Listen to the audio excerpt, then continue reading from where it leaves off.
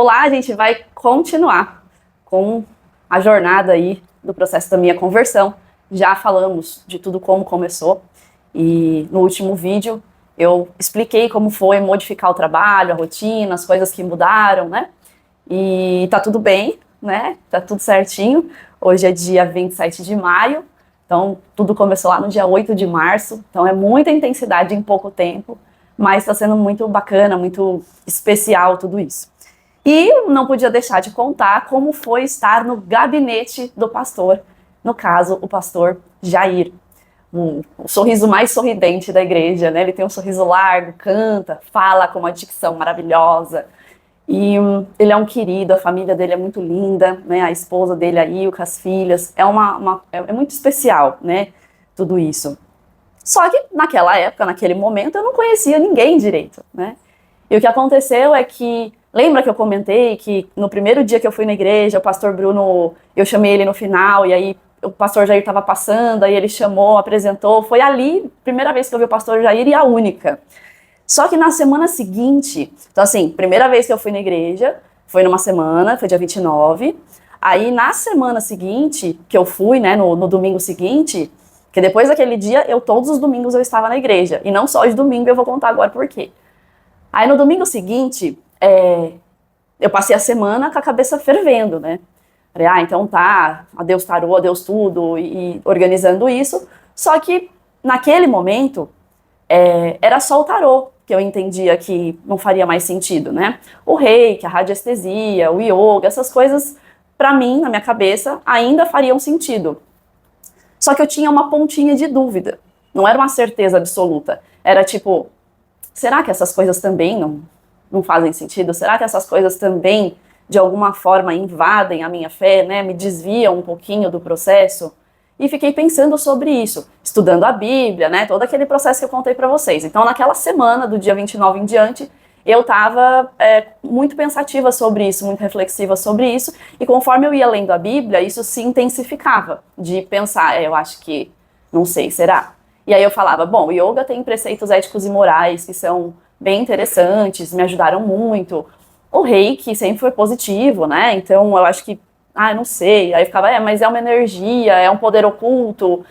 E fiquei com essa dúvida. E aí no domingo seguinte, no segundo domingo que eu pisei na igreja, eu senti muito forte de procurar o pastor Jair especificamente para tirar essa dúvida. E calhou que quando eu tava passando lá por baixo do lounge, ele tava lá na recepçãozinha. E aí eu parei para falar com ele, ele muito aberto, muito acolhedor, parou para falar comigo, me deu atenção, e a gente começou a conversar. Eu expliquei para ele como é que era o meu trabalho, expliquei o que eu fazia, expliquei meus pensamentos, e naquele momento ele falou, penso que você treinou muito, né, a sua percepção, as suas mãos, a sua avaliação durante esses anos trabalhando com isso, porque eu ficava pensando se era dom, né, alguma coisa nesse sentido, porque tem uma parte da Bíblia que fala de dons, de talentos, e aí eu ficava pensando, será que isso é dom? Será que isso é... O que é? E aí ele falou, pra mim, é um corpo desenvolvido, treinado pro cuidado. Então você tem essa percepção porque ela foi treinada. E eu achei isso interessante, porque na minha mente, crente, né, evangélica, igreja, ia falar que era bruxaria, que era coisa, tipo, né, ruim e tal, e em nenhum momento, de novo, isso aconteceu. E isso me chamou a atenção. E aí ele falou, acho que a gente precisa conversar melhor. Você tem um horário essa semana? E eu falei, claro. E aí marcamos, então, na quinta-feira pra gente conversar. Ele separou um horário na agenda dele, eu separei na minha, marcamos, e na quinta-feira eu estava no gabinete com o pastor Jair. E eu anotei, assim, um monte de perguntas, né? Peguei meu caderninho, a Bíblia, as coisas que eu tinha dúvida, fui anotando. E cheguei lá com perguntas que hoje, quando eu olho, eu acho tolas, né? Mas ali naquele momento era o que fervia mesmo a minha mente. E aí eu sentei, ele falou, vamos lá, né? Me fala de você, tudo, e a gente começou a conversar. E aí, o que eu achei mais interessante é que em nenhum momento o pastor Jair, ele me orientava pela mente dele, assim, ele não era um conselheiro da cabeça dele, da opinião dele. Ele sempre pegava a Bíblia e quando eu fazia alguma pergunta, quando eu fazia algum comentário, ele pegava a Bíblia e se baseava na Bíblia para me responder. Isso me chamou muita atenção, porque a tendência do ser humano é opinar com base na realidade dele, né? Então, o que eu acho, o que eu penso, o que eu sinto, o que eu acho que é melhor para você. E não foi isso que aconteceu. Na verdade, o pastor Jair, ele, em todos os momentos, ele, vamos ler? Ele pegava a Bíblia, procurava lá e pum, né? Já tinha tudo na cabeça e falou, meu, como é que vocês têm tudo na cabeça, né? Ele é pastor, né? Estudou muito. E aí, eu comecei a perguntar algumas coisas, só que ele falava assim para mim. Isso eu achei muito bonito, porque quando eu perguntei pra ele, mas eu ainda tenho dúvida se essa parte dos chakras, até tentei falar pra ele, né? Não, mas os chakras eles têm relação com as glândulas, regulação física também e tal. Ele olhou pra mim e ele falou assim: "Não tenha pressa. Vai trabalhando, vai fazendo e você vai sentindo. E deixa acontecer, né? Vai fazendo, não tenha pressa, deixa, só vai fazendo e vai sentindo. Em algum momento você vai ter a resposta que você busca, mas sinta, sinta. Não pense em certo ou errado agora."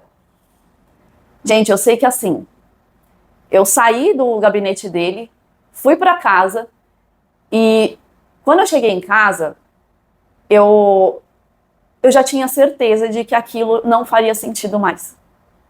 Foi muito estranho, assim, porque parecia de fato que algo dentro de mim já havia me trazido a resposta. Mas ele, em momento algum, criticou, induziu, proibiu, ou de alguma forma tentou manipular para que eu fizesse algo que ele acreditasse, né, que era o ideal. Não, pelo contrário, ele falou, continua e sinta. E isso fez, assim, eu acho que ele não faz ideia do quanto isso foi importante, no sentido de me aproximar da igreja, sabe? De me aproximar dessa estrutura que muita gente critica, né? E eu mesma sempre falo para vocês, né? Depois eu vou gravar um vídeo falando disso melhor, mas as impressões que nós temos não são positivas. Muita gente tem uma impressão muito negativa da igreja, independente da religião, mas tem, né? É como se fosse uma seita, assim, uma coisa para tirar dinheiro das pessoas, uma coisa negativa mesmo, uma máfia, né? E que o crente é chato, e que o crente é julgador e tal. Então, foi muito diferente, me surpreendeu positivamente, porque eram dois pastores com atitudes extremamente acolhedoras, modernas, mas bíblicas, sabe? Baseados na palavra sempre. Então, ali eu falei, caramba, tá muito parecido com o que eu tô vendo no filme. Aquela coisa pacífica, acolhedora, sem tentativa de convencimento, de manipulação, de argumentação. Não. Quando você assiste o The Chosen, você vai vendo Jesus chamando os seus discípulos, não é um processo de convencimento, é uma experiência. Eles vivenciam situações onde eles sentem que aquilo é o certo. E aí, foi o que aconteceu nesse dia. Quando eu voltei para casa, eu voltei... Tanto que eu lembro que na hora que eu estava sentada na frente dele, eu tinha separado as perguntas, e aí na hora que eu fui ler, eu falava, não, isso aqui eu nem vou perguntar, porque eu acho que isso aqui já não faz mais sentido, realmente. Com base no que ele ia lendo da própria Bíblia, eu ficava, né, puxa. Aí eu falava pra ele, olha, tem um negócio no yoga que chama yamas, e niyamas são preceitos éticos e morais, e aí a gente tem os 10 mandamentos, eles até se conversam e tal. Mas internamente, eu já tinha a percepção de que esses estudos do yoga, eles trabalharam muito a minha mente, a minha percepção de ética e moral, como é chamado, yamas e niyamas, preceitos éticos e morais, que são corretos, que são preceitos importantes e valiosos. Só que eles são limitados, de fato, à questão da mente, porque eu nunca... Em nenhum momento isso me levou para mais perto de Deus, por exemplo. Talvez seja um processo meu, não digo que sejam todas as pessoas. Eu acho que muitas pessoas seguem essa linha e se aproximam muito de Deus. Eu me aproximei muito de Deus durante todo o processo do yoga, mas minha fé aumentou, tá? Meu contato com Deus aumentou. Mas como eu falava, eu sentia uma neutralidade, eu não sentia uma alegria genuína pela vida, eu não tinha isso. E, de novo, não quer dizer que outras pessoas não sintam. Aqui eu estou contando a minha vivência, a minha experiência. Não estou anulando nenhuma outra, tá? E a minha relação com Deus agora é outra. A minha relação com as pessoas é outra. O meu sentimento interior é outro. Eu me sinto diferente, sabe? Então, é diferente. E aí, quando eu comecei a falar, eu nem terminei, porque na hora já me veio, tá, mas eu posso até aprender ética e moral, mas sobre Deus, não. Eu estou aprendendo condutas, normas, padrões que são adequados dentro de uma sociedade, para que nós possamos viver em comunhão. Mas, de novo, nós por nós, sabe? Tipo, o ser humano sozinho, ele por ele, lutando para ser melhor. E isso para mim estava pesado. Ter Jesus comigo, ter Deus comigo, ter essa estrutura, sabe? Ter o Espírito Santo me invadindo em alguns momentos, alivia demais o peso. Aquela angústia que eu tinha, de novo, não é que nunca vai acontecer nada de ruim, não é que eu não vá passar por momentos de dúvida, eu não duvido que isso possa acontecer. Né? Tem gente, tá emocionada. Claro que eu tô apaixonada por Jesus. Você já se apaixonou por alguém? Não é um sentimento gostoso? Quando a pessoa chega, você se sente feliz. Quando você vê a pessoa, teu olho brilha mais forte. As pessoas sentem que você tá mais leve quando você tá apaixonado. As pessoas percebem que tem algo diferente. Só que Jesus é um ser que não vai te decepcionar, que não vai sair do seu barco, que não vai soltar a sua mão. Ele é o marido perfeito, o pai perfeito, o amigo perfeito. Ele ocupa todos os lugares que nós aqui nessa existência buscamos. Só que ele não falha com a gente. Ele está sempre ali. Só que muitas pessoas, por não poderem tocar, não poderem ver, elas acabam tendo mais dificuldade. Porque o corpo, os sentidos pedem, o olho quer ver, a pele quer sentir, o ouvido quer ouvir. Mas é possível ter um contato muito próximo quando você busca esse contato. Jesus, Deus, ele se apresenta para você, ele fala com você. Eu achei até que eu estava meio louca em alguns momentos, mas é muito forte, você sabe que é algo muito poderoso que está acontecendo, sabe? E aí depois desse processo, no domingo tem o EBD, né, que eu tinha comentado, que é o Estudo Bíblico Dominical. Eu fui no primeiro domingo, do dia 29, eu fui em todos. Domingo eu estava na igreja, das 8h30 da manhã até meio-dia e meia, 1h. Então meus domingos manhãs de domingo se tornaram muito agradáveis para mim. Minha vida era consultório, casa da minha mãe. Às vezes uma coisinha ou outra de um aniversário, de visitar um amigo, assim, sabe, assim? Mas muito aquela coisa assim, isolada, né, padronizada. E a igreja passou a ser um lugar onde eu me sentia parte de algo. E eu tava me sentindo feliz, eu queria estar ali. E aí no domingo seguinte eu fui pro EBD. E aí uma coisa que me pegava, e detalhe, né, o primeiro domingo eu fui na sala de Samuel, que eu comentei que era de teologia, e o segundo, eu achava que era assim, por exemplo, você vai num dia numa sala, outro dia em outra, então eu entrei em outra sala, que era a sala do Eliezer. E eu não sabia que era uma continuidade de estudo em cada sala, então eu mudei de sala. E aí era a sala de fundamentos, então fala da essência mesmo, do comecinho, para quem está aprendendo, para quem está começando, que são coisas que muitas vezes são difíceis da gente compreender. E aí nesse dia veio a conversa, né, de que esse tema é delicado. Esse tema ele é delicado, porque é uma coisa que demorei para digerir, não é o digerir, né, é entender. É entender, de fato. É entrar no teu coração e o propósito de Deus fazer sentido, assim, você entender o projeto, o plano. Tem uma questão bíblica que fala que não é por merecimento que nós teremos a salvação. É pela graça e misericórdia de Jesus ali na cruz, pelo que ele fez. Aquilo ali já foi feito. Então, todos nós já temos a fitinha da salvação. Mas colocar a fitinha é uma escolha. Então, sabe ser VIP? A gente recebe a pulseirinha de VIP? É mais ou menos isso. Você pode ou não ir para a área VIP. Você pode ou não colocar a pulseirinha. Você pode jogar lá fora e continuar na pista, ou você pode ir para a área VIP celestial. É mais ou menos isso.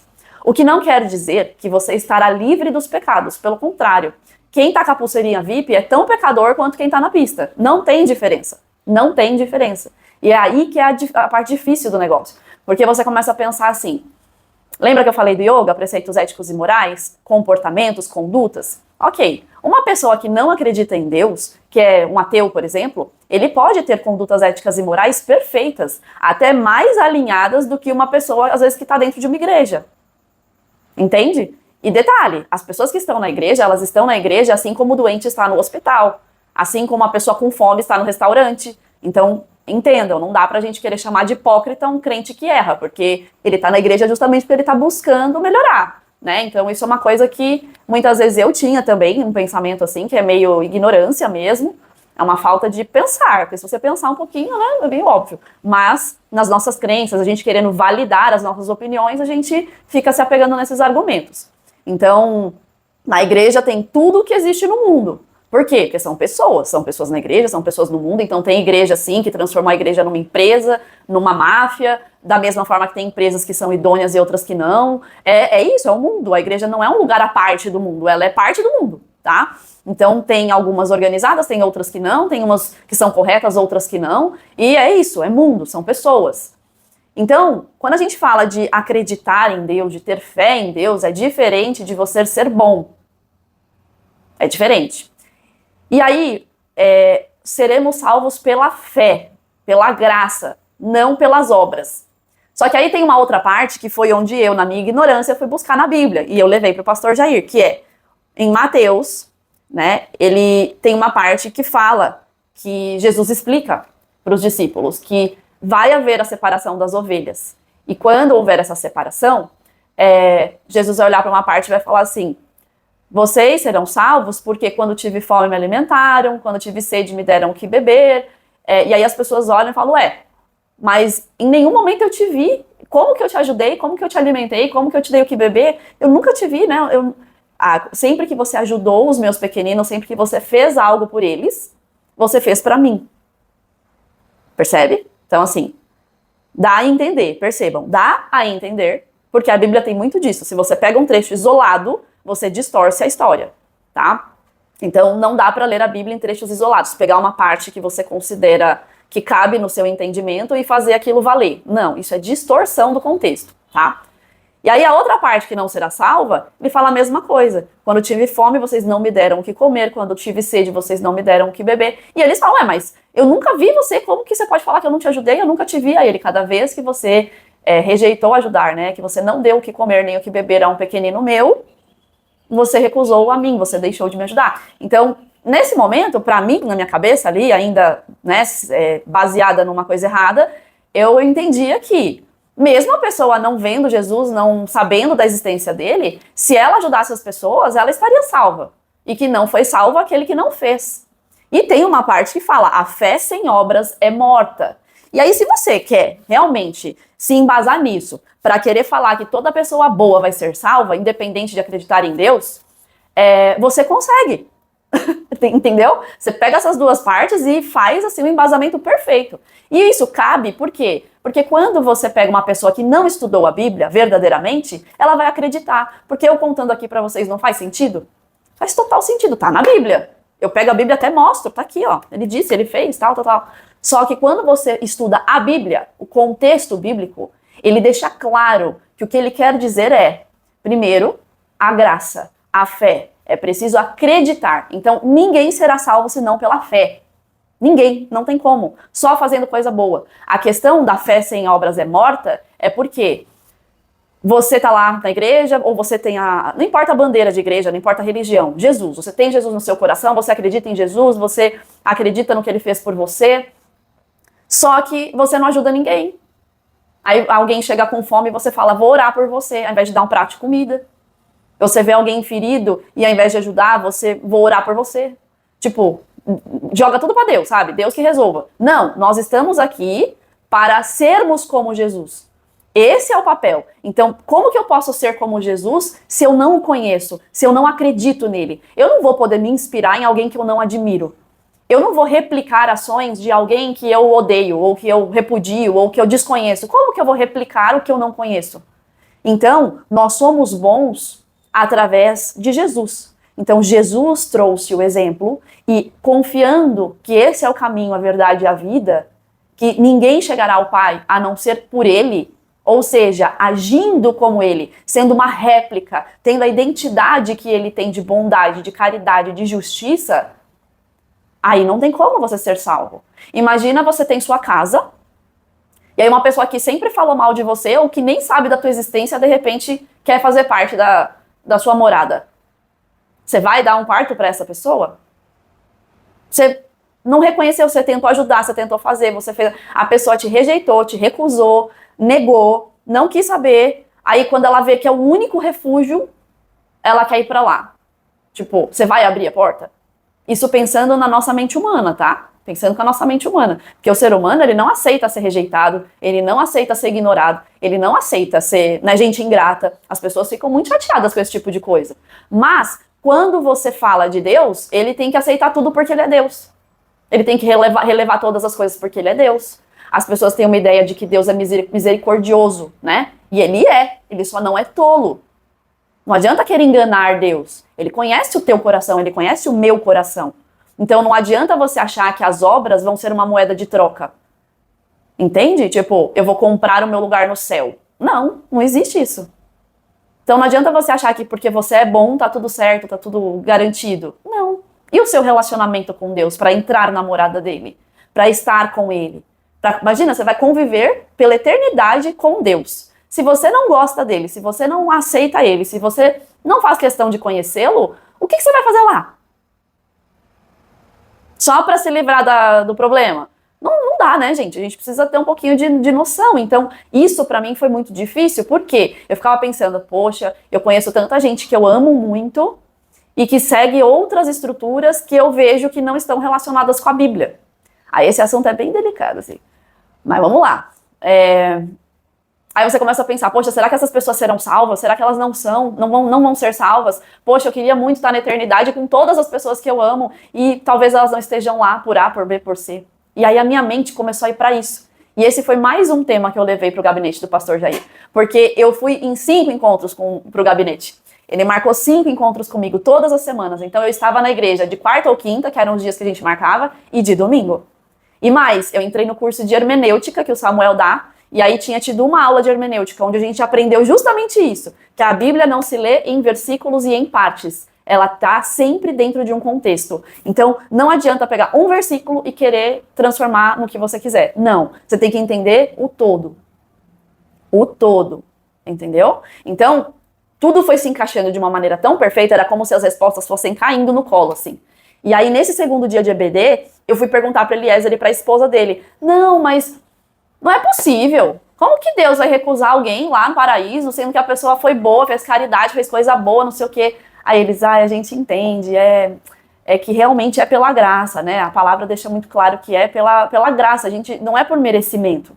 Nossa, isso estava muito difícil de digerir, de entender, eu não conseguia entender, não fazia sentido para mim, porque a ideia que eu tinha de Deus estava muito consolidada na minha mente. Então era como se eu não estivesse aberta para entender além disso. E é isso que eu falo para as pessoas hoje quando elas perguntam, mas por que mudou tanto?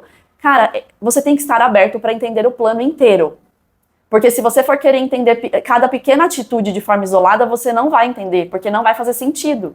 Agora, quando você vê o plano todo, você fala, isso aqui é estranho, mas faz sentido, porque se não fosse assim, não cumpriria o plano. Entende? Então, é tipo uma pessoa que tem poder e ela acha que porque ela tem poder, ela pode tudo. Então, a pessoa que é boa, ela é boa. Ela não precisa de Deus. Ela por si só é boa. Ela não precisa de Deus. Ela não é boa porque Deus permite que ela... Porque quando a gente faz alguma coisa de ruim, foi o diabo, né? É a maldade, são espíritos, é obsessor, tudo é sempre de fora. A maldade parece que nunca é nossa, né? Eu sou ruim. Eu fiz porque eu tenho uma inclinação ruim. Porque todos nós temos uma inclinação para o mal e para o bem. Só que quando é para o mal, a gente terceiriza. Quando é para o bem, foi a gente que fez. Eu fiz, né? Então, isso é importante a gente começar a trazer para reflexão. E essas dúvidas eu fui levando para o gabinete. E aí, o pastor Jair me emprestou esse livro, né? Que eu tô com tantas leituras que eu tô lendo tudo aos pouquinhos. E é O Cristianismo Puro e Simples. E traz reflexões muito bacanas, modernas, né? Eu até recomendo que vocês leiam esse livro, porque ele traz reflexões para tocar realmente na mente das pessoas que estão começando a dar esses passos, sabe? Ele traz reflexões que abrem a nossa mente. E aí, tanto que esse vai ser o próximo livro do Clube do Livro, é o livro que eu vou ler no portal, né? Eu li O Mais Esperto que o Diabo, terminamos, fantástico livro, e esse aqui vai ser o próximo livro do clube. Então, assim, essas dúvidas eu fui levando, e a resposta do pastor sempre vinha baseada na Bíblia, como eu falei, ele vinha, ele trazia, ele explicava, só que ele sempre falava, vai com calma, deixa acontecer, vai seguindo, vai fazendo. E foi o que eu fui fazendo. Então, depois que eu cheguei à conclusão, de fato, né, que essa parte energética não faria mais sentido, eu tirei. Aí ficou só o yoga. E aí foi onde eu comecei a pensar, mas e o yoga? E o yoga? E eu dava aula de yoga. Né, eu tinha minhas alunas, eu dava aula no portal também, as gravações, tudo, muito material de yoga. E eu comecei a me sentir desconfortável. E aí, diante desse desconforto, eu respeitei esse meu sentimento e optei por trabalhar com movimento. Então, não estou incriminando o yoga. De novo, não estou fazendo isso. Não estou dizendo que é do mal, que é uma coisa ruim. Mas para mim, no meu processo, conhecendo os fundamentos do yoga, conhecendo a estrutura do yoga, não fazia mais sentido. E já que o meu papel é ser fisioterapeuta, o movimento tinha muito mais valor do que o yoga. Então eu poderia trabalhar as mesmas coisas que eu estava trabalhando no yoga sem estar atrelada a ele. Então tá tudo bem. E aí foi o que eu fiz. Eu ajustei um método, uma estrutura de aula que eu entendia que era legal. Perguntei para as alunas se elas estavam dispostas a conhecer. Elas falaram, vamos embora, vamos lá. E assim eu fiz. Mostrei a aula, elas gostaram e a gente segue fazendo as aulas dentro desse novo formato. Teve gente que não quis e tudo bem, foi buscar o yoga mesmo, o original, o tradicional, e tá tudo certo. Mas eu me senti mais confortável. Como eu falei, houve uma mudança, sim, no meu balanço financeiro, houve, mas internamente eu me sinto melhor assim. Eu consegui me posicionar melhor no trabalho. Então, mãe é um negócio, né? Mãe, a gente às vezes se irrita, fala, caramba, como fala besteira e não é besteira. Então a minha mãe, desde o princípio, ela falava assim, ai, Cíntia, você é tão científica, você fala tanto de saúde, aí você vai começar a falar de tarô, vai começar a falar dessas coisas, eu acho que você devia separar. Aí foi quando eu abri um outro Instagram, aí um Instagram eu falava de coisas mais holísticas, digamos assim, e a outra mais científicas, para me posicionar dessa forma. Só que mesmo assim, era como se eu nunca conseguisse traduzir o que eu fazia. Eu não me encaixava, assim. Eu não me encaixava. Usei o ChatGPT para fazer planejamento, para tentar entender. E ele mesmo falava, é que são muitas coisas, né? Você faz muitas coisas. E hoje eu consegui me posicionar, eu consegui fazer uma bio, eu consegui pensar num posicionamento. Então, hoje eu trabalho com regulação sistêmica, mas não de forma mística, de forma científica, embasada. Eu sou osteopata. A osteopatia traz muitos conceitos do corpo como uma unidade, com tratamentos de técnicas manuais. A fisioterapia, poderosíssima, com vários recursos. Eu fiz a minha residência na Santa Casa, eu tenho a minha formação em acupuntura, medicina chinesa, em Ayurveda. São tantos recursos, homeopatia, florais. Eu integrando essas coisas, eu consigo ajudar tanto as pessoas. Então, simples, é isso que eu vou fazer. E isso me tranquilizou demais. E aí, eu tive esse suporte do pastor Jair nesse direcionamento, mas não porque ele foi falando, faça isso, isso ou aquilo. Não, ele foi me mostrando a palavra. Ele foi me mostrando o que estava na palavra. E através daquilo eu fui sendo transformada e tocada. Mas ele nunca tentou me induzir a algo. Percebe? Não foi uma lavagem cerebral. Ninguém tava na minha orelha falando, para, porque isso é errado. Não. Eu, internamente, eu sempre falo, no meu íntimo, no meu interior, era um processo que eu estava vivendo e ninguém sabia. A não ser essas pessoas pontuais que foram essenciais nesse processo e que me ajudaram muito. E aí eu falei, minha mãe tinha razão. O tempo todo ela teve razão. O tempo todo ela teve razão. Obrigada, mãe, te amo. E muitas vezes a gente está ali na nossa certeza, a gente está lá na nossa teimosia, a gente não consegue perceber. Então, se nem a ajuda da nossa mãe, que está ali na nossa cara, presente fisicamente, imagina Deus se a gente não vê. O quanto é difícil perceber as ações dele, as atitudes dele. Se a gente não entende a atitude dos nossos pais, o que dirá de Deus muitas vezes. Então é complexo, sabe? Não é simples, e eu sei que não é. Então, é muito importante que a gente esteja amparado por pessoas que tenham essa sabedoria e que entendam que não é sobre manipular pessoas, convencer pessoas. Não, que Jesus não tentou convencer ninguém. Ele simplesmente passou por aqui, fez o que ele tinha que fazer, quem veio, veio, quem não veio, não veio, e tá tudo bem. Ele não lutava por quem estava contra ele, assim, né? Digamos, ele não lutava pelas pessoas que não estavam nem aí para ele. Ele seguiu o plano. Ele continuou seguindo o plano. E as pessoas que o seguiam foram aprendendo e crescendo e se transformando através deles. E todos os pecadores, todas as pessoas frágeis, cheias de pecado, com mentalidades erradas, que faziam coisas erradas, tinha corrupto, tinha ladrão, tinha agressivo, tinha gente sem fé, tinha de tudo. Então Jesus não exclui ninguém, as pessoas é que se excluem. Ele está ali disponível. Ele vem buscar você. Mas se você não quer, tá tudo bem, ele vai respeitar. Mas não adianta reclamar depois, ou achar que você fazendo as coisas por si mesmo, né? Não. É igual você cresce na sua casa, seus pais te deram estrutura, eu sei que nem todas as pessoas tiveram isso, mas quando não vem dos pais, vem por outras formas. Então a gente sempre tem algum tipo de amparo, né? Às vezes não o que a gente sonhava, não da forma que a gente desejava, mas a gente sempre tem algum tipo de amparo. Para pensar que você vai perceber que sim, tá? Então, esse amparo, ele sempre existiu. Aí vamos supor, vamos imaginar aqui uma família organizada. Nem uma família organizada totalmente, né? Mas uma estrutura de um lar onde o pai e a mãe deram estudo, deram comida, deram casa, deram roupa, deram uma estrutura legal para a criança, né? Básica ali de educação. Aí essa criança cresce, se forma, tem a sua vida, tem o seu status, e ela bate no peito para falar que ela fez tudo sozinha. Ela fez tudo sozinha? Sem o que os pais ofereceram para ela, sem o que a escola, os professores, os amigos, as pessoas que fizeram parte da vida dela, não contribuíram para isso? Então a gente nunca faz nada sozinho. E a gente achar que a gente tá aqui sozinho e que tudo é somente por nós, é um pouco chato, sabe? É um pouco ingrato. Então eu sempre falo, eu sei que muita gente fala da origem do mundo, aí vem com questões naturistas, científicas e tal, mas e o princípio do princípio do princípio? Para que acontecesse o Big Bang, essas pequenas estruturas, de onde elas vieram? Ah, ninguém explica. Porque ninguém explica Deus. E nunca ninguém vai explicar Deus, porque Deus não é para ser racionalizado, Deus é para ser fé. E fé não é na mente, é na alma, é no espírito, é no coração da gente. Então, se você ficar tentando entender Deus, enquanto você ficar racionalizando, enquanto você quiser respostas vazias, enquanto você quiser preencher as dúvidas da tua mente, você vai ficar distante de Deus. Não adianta querer ver Deus de uma forma acadêmica, de uma forma científica. Não adianta. Ele é o maior cientista, ele criou a ciência. Você não explica o Criador, você explica a obra. A obra a gente consegue explicar, tanto que eu estudo o corpo humano, criação de Deus. Mas você acha que ele precisa se justificar de algo? Não, nós é que temos que nos justificar o tempo todo, porque erramos o tempo todo, pecamos o tempo todo.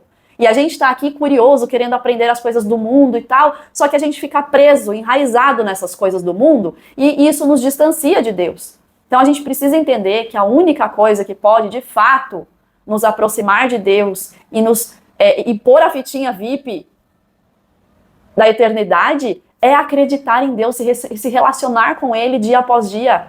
E não é dedicar um dia na semana para Ele, é ter Deus todos os dias na sua vida. A gente prioriza trabalho, a gente prioriza pessoas, a gente prioriza coisas, mas não prioriza Deus. Ele não pode ser só um pedacinho da tua vida, ele tem que ser a fonte, Ele é a fonte da tua vida. Ele tem que ser a prioridade, ele tem que ser o principal. Porque se você tem Deus na sua vida, todas as outras coisas lhe serão dadas.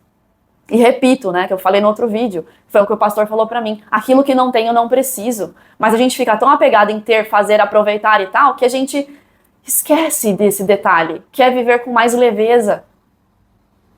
É viver com tranquilidade, é viver com compartilhar, com compaixão, com serviço, fazendo algo que ajude verdadeiramente as pessoas, sabe? Deixando um legado como Jesus deixou. Eu quero morrer e eu quero ser lembrada por boas coisas que eu tenha feito pelas pessoas. Eu quero que as pessoas lembrem de mim e vejam Jesus através de mim. Entendendo que eu era o que eu era e eu fazia o que eu fazia em nome de Jesus. Não porque eu, Cíntia, sou boa. Porque eu, Cíntia, eu sou pecadora. Eu, Cíntia, erro. Eu, Cíntia, faço coisas que muitas vezes eu não me orgulho. Fiz muitas coisas das quais eu não me orgulho e vou continuar fazendo porque nós temos essa inclinação. A gente vira e mexe e erra. A gente vira e mexe e faz coisas que a gente não gostaria de fazer. Entende? Então, essa parte bíblica me toca muito, né? O mal que não quero, faço, e o bem que quero, não faço. Por quê? Não é sobre querer. Muitas vezes, sem querer, a gente comete algumas falhas. Só que, se a gente fosse depender de acertar sempre, ninguém seria salvo. E é aí que mora o entendimento. A gente não vai acertar todas as vezes. Você vai fazer uma prova. Você tinha que acertar 10 questões, você acertou 9. Não adianta, você não vai passar. Percebe? Não é sobre acertar 9. É sobre fazer o que precisa ser feito de forma total, integral. Então, as obras é um pedacinho. Elas são um pedacinho do processo. Mas elas não te garantem passar de ano. Entende? Por quê? A fé é o que vai fazer com que nós, de fato, estejamos com Deus, com corpos glorificados, livres do pecado, livres da dor, do sofrimento, das despedidas, da morte. Nós morremos por conta do pecado. Essa foi a questão. Era pra gente ser eterno. Por conta do pecado, nós temos prazo de validade. Mas pela graça de Deus, ele nos concede. Mas eu preciso aceitar Jesus, eu preciso aceitar Deus como meu único e suficiente Salvador para poder estar ali com Ele. Eu preciso aceitar. Ele me deu um presente. Eu posso aceitar ou recusar. É simples. E eu sei que às vezes é difícil, que não faz muito sentido, porque pra mim não fazia também, verdadeiramente não fazia, eu achava tudo isso absurdo. Mas hoje não. E pra fechar esse vídeo, eu vou trazer uma das respostas que foram mais importantes do pastor Jair pra mim. Eu com essa angústia, né, de quem vai ser salvo, mas e a minha família, e os meus amigos, e nananã. Eu falei, mas e se a pessoa fizer tal coisa, vale? Ele olhou pra mim e ele disse assim, o que vale? Isso a Deus pertence. O que vale? Então, isso me fez entender que as especulações, elas são apenas perda de tempo. Quando a gente fica especulando, querendo entender as minúcias, a gente deixa de viver o propósito. A gente deixa de fazer o que é realmente importante. E o que é importante? Jesus foi claro. Acima de todos os mandamentos, 2. Amar a Deus sobre todas as coisas e amar ao próximo como a ti mesmo. Então, a gente está aqui para isso, para amar, para servir e para colocar Deus acima de todas as coisas em primeiro lugar. É isso que a gente tem que fazer. O resto, entrega para Ele, porque não existe juiz mais justo do que Deus. Então, só confia, espera. A gente precisa aprender a esperar. E o silêncio de Deus, muitas vezes, é mais poderoso do que quando Ele se manifesta, porque é no silêncio que as coisas estão se transformando. É no silêncio que Ele está nos preparando. É nesse silêncio que a gente treina a nossa confiança. Então espera no Senhor, confia, porque tá tudo resolvido. Se Ele estiver no teu barco, no meu Ele já está, graças a Deus. Graças a Deus, entendi. Graças a Deus, meu coração se abriu. Porque se fosse pelo meu entendimento, pela minha mente, se eu continuasse teimando em acreditar naquilo que eu queria, se eu continuasse buscando outros recursos que não diretamente a Deus, eu estaria no mesmo lugar e eu não estaria sentindo essa alegria que hoje eu sinto. Então, o que vale? Entrega para Deus, mas coloque Ele acima de tudo. E você vai ver como as coisas vão se transformar. Mas não é sobre a coisa lá fora, é sobre aquela coisa lá dentro. Sabe aquilo que não sara? Sabe aquilo que não cura? Sabe aquilo que te assusta? É isso que Ele vai trabalhar dentro de você. E aí no próximo vídeo, eu vou falar do processo que aconteceu, que é o discipulado, né? Que é uma parte importante para quem quer se batizar, porque eu vou me batizar em breve e ali vai ser o encerramento, né, de fato, da minha conversão. Então, até que eu me batize, eu estarei aqui com essa série aí do parte 1, 2 e 3 do Me Converti, né, como foi a minha conversão. E depois que isso terminar, eu vou trazer reflexões, pensamentos e vou trazer tudo em nome de Jesus, falando de Jesus toda semana. Combinado? Então a gente se vê no próximo vídeo para eu contar para vocês como que funciona o discipulado. Até lá, tchau, tchau!